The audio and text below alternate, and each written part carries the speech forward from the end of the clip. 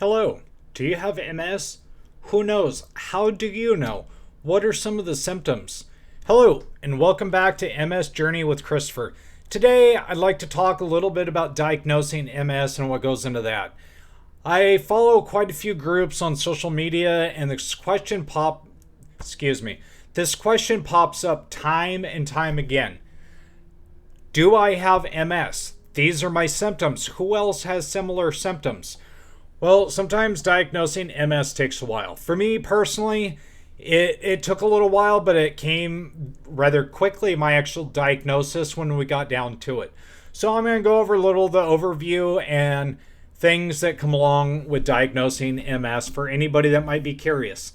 I will be reading off the National MSSociety.org website. This is current and medically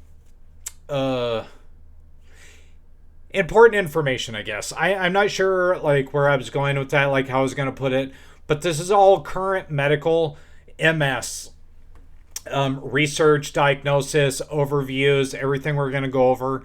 So right now we're going to go over diagnosing MS. No single test can diagnose MS. The medical history, neurological exam, and lab tests help healthcare providers rule out other diseases and confirm the MS diagnosis.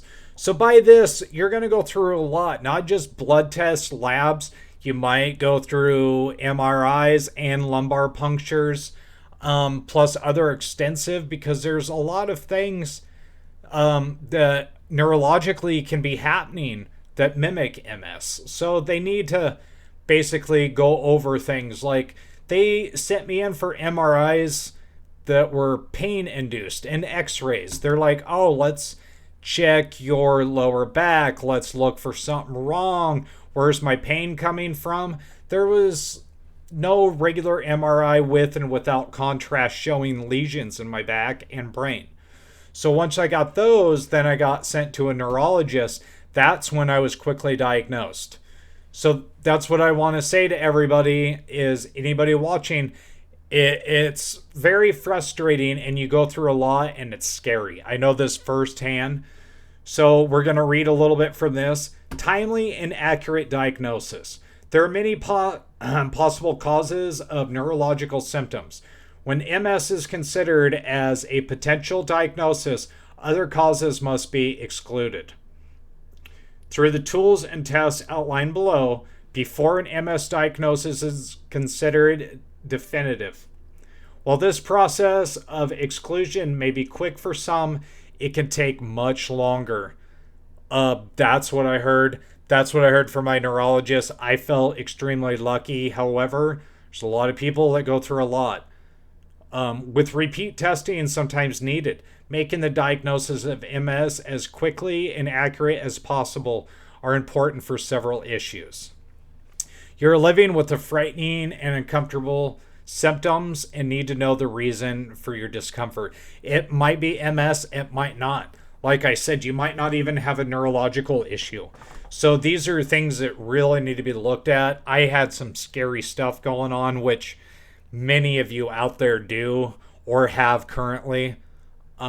Getting the diagnosis allows you to begin the adjustment process and relieves worries about other diseases such as cancer. Since we know now that permanent neurological damage can occur even in the earliest stages of MS, it is important to confirm the diagnosis so that you can start the appropriate treatment as early in the disease process as possible.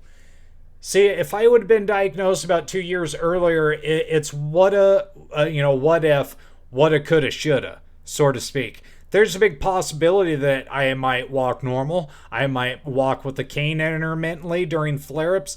I don't know, but all I know is it's hard to be processed for diagnosis of MS, especially when they're ruling out other symptoms.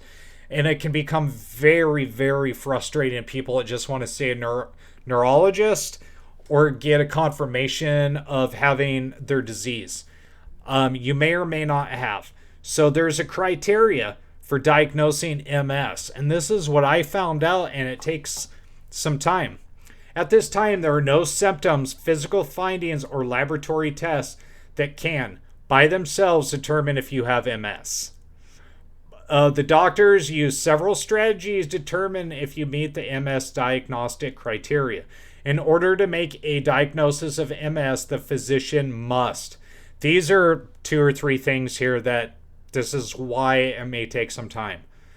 Find evidence of damage in at least 2 separate areas of the central nervous system, otherwise known as CNS, which include the brain, spinal cord, and optic nerves. And find evidence that the damage occurred at different points in time, and rule out other possible diagnosis. So with that, they're going to ask a whole pile of questions. You're going to get question after question, and you just need to go along with it. They really need to. I had to answer myself 4 or 5 different times. My family and I had to put things down on paper so I could keep up. Because of my brain fog, I had a hard time keeping up with the questions. So this is something that's important. Put your stuff down in a journal. Put it down on paper. Keep track of all your diagnosis when it happens, because you're going to be asked by your PCP, which is primary care physician. They're the ones that will give you a referral to see a neurologist to check your central nervous system. The tools for making diagnosis, let me see here. Blood tests. Blood test is a big one that they use. MRIs, lumbar punctures. I'm going to go over here to, let's see, the Mayo Clinic website, and they say diagnosis. Your doctor may recommend blood tests to help rule out other diseases and symptoms similar to MS. It sounds crazy. Even things such as syphilis. Yeah, some symptoms are common between the two. HIV, AIDS, there's a lot of things to rule out. And as silly as it may be, your medical professional doesn't know. So your medical history and treatment is very important. So blood test, spinal tap, a lumbar puncture. They may take a sample of your cerebral spinal fluid, to check. Removed from your spinal canal so they can check. The sample can show abnormalities and antibodies that are associated with MS. MRI, which is what I did, which can reveal MS lesions. I had a lesion on my T2, I believe. I'd have to check. I think I previously reported on this, which led to further MRI of my brain, which then showed a lot of lesions. So MRI is a common one. Evoked potential tests. Now, this is one that I haven't heard too much of, or a lot of people talk about. Evoked potential tests, which record the electrical signals produced by your nervous system in response to stimuli. An evoked potential test may use visual stimuli or electrical stimuli. In these tests, you watch a moving visual pattern, or short electrical impulses are applied to nerves in your legs and arms. Electrodes measure how quickly the information travels down your nerve pathways. So this is a test that they may give. I haven't heard a lot about that, which is very interesting. So with all this being said, we can go, let me see. I'm going to go newly diagnosed. Let's go to symptoms. I'm going to find that symptoms. Now, this is the hard part because this is why they do all the testing. I'm going to quickly go over some of these symptoms so this video is not too long. But the more common symptoms that we have is fatigue, occurs in about 80% of people with MS. Walking, gait difficulties. I have both of these. I have most of these, to be honest with you. Almost all of them, but vision problems. Numbness and tingling in the face, body, extremities, especially your arms and legs. Spasticity. It refers to feeling of stiffness and a wide range of involuntary muscle spasms. Can occur in limb, but it's much more common in the legs. This is very true. At night, it acts up in me, and I have and a lot of people report this. They have things like restless leg or arm, things at night. So weakness, that's another common MS, which results from deconditioning of unused muscles. Wasting kind of deal. You waste away your muscles. Your body kind of eats away at your own muscles that aren't being used. Uh, Vision problems. I had a masseuse that actually had this. This is how she found out she had MS.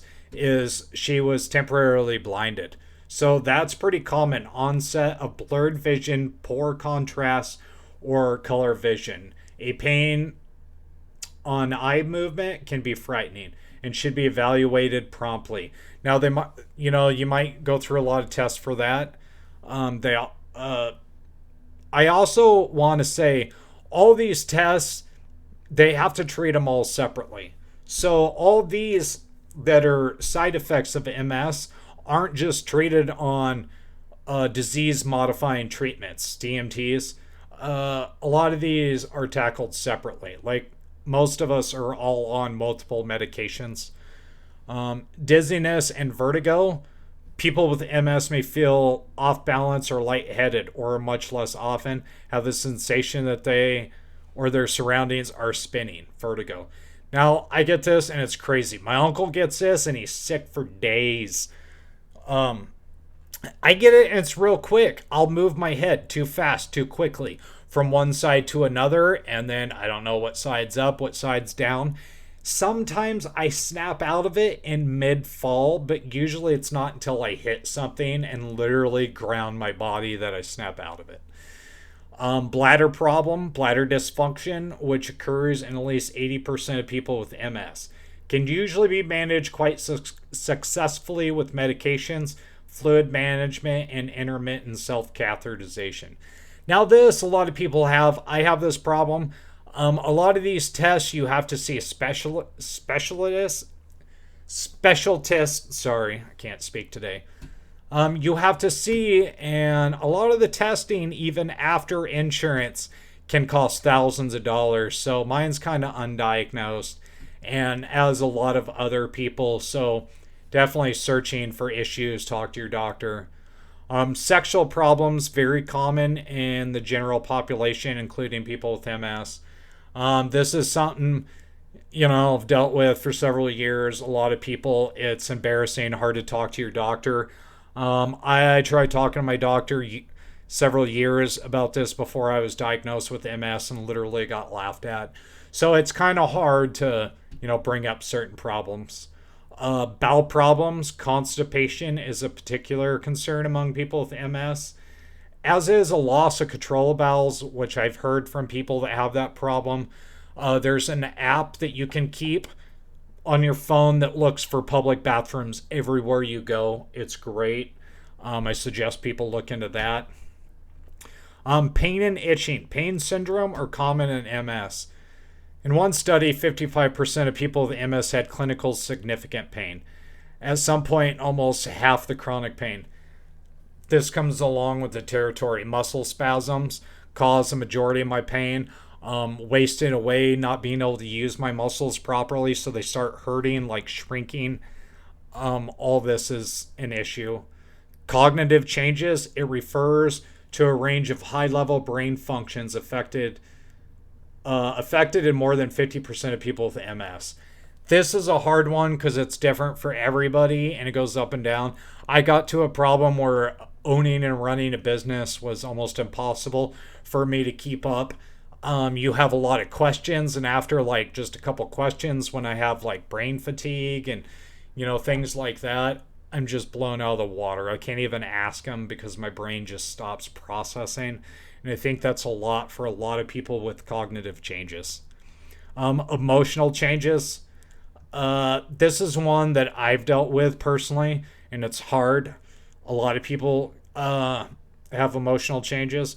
It can be a reaction to the stresses of living with MS as well as a result of neurological and immune changes. Significant depression, mood swings, irritability, and an episode of uncontrollable laughing and crying pose significant challenges for people with MS and their families. This is so true because the emotional change is up and down. I don't want to say that, we're compared to like bipolar because it's not that severe, but sometimes you start to feel that way, especially like myself and people like myself. We can sit back. I have a prescription of Xanax. I can take my Xanax and then I do what's called like a brain reboot where I sit there and then I feel even worse because it's almost like I can't believe being somebody else and seeing myself act that way and the things I said. And it becomes very embarrassing. And then we have depression, which usually comes along with a lot of this feeling. And so these are all things that have to be tackled separately.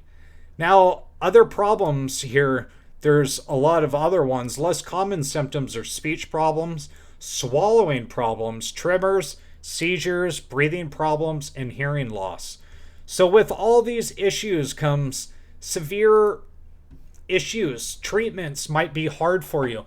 But the one thing that I want to get through to people is you need to go through the testing. You need to be open and outright with your doctor. And no matter what, always remember it is your care. If you're not happy with the answer you get, by all means, get a second opinion. I wasn't happy with my doctor at all. I now have a new doctor. I love my medical team. My neurologist, 3 hours away. I can't say enough good stuff about Oregon Health Sciences University and their hospital, their MS.